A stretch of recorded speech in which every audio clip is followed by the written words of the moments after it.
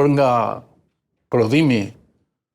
nga GDP-ja, do me thënë, prodhimi i përgjithshëm, Kina është patjetër, sot me rreth shkon të 20 trilion dollarët prodhimi i përgjithshëm, dhe vjen fill mbas Shteteve të Bashkuara të Amerikës, që është rreth 30-at,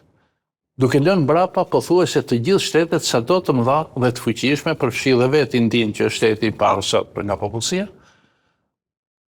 dhe mendoj që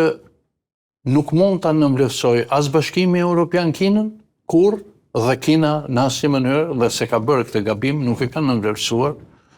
Bashkimin Evropian. Në këtë kuptim, raportet kanë qenë që kur u vendosën sot e 50 vjet më parë, eksaktësisht me 6 maj, janë dhe mendoj se do të jenë gjithmonë shumë të rëndësishme për të gjithë zhvillimet, qofshin ato ekonomike, po edhe politike botërore. Kështu që, sipas mendimit tim, optikës me cilën unë e shikoj raportin Bashkimi Evropian, Kinë, ose Kinë Bashkimi Evropian, duhet jetë në të mirë në radhë parë të dy vendeve, në kuptimin e Bashkimit Evropian ta marrim si një vend të vetëm, sepse 27 vende. Janë 27 shtete që kanë rënë dakord herët që të jenë unik në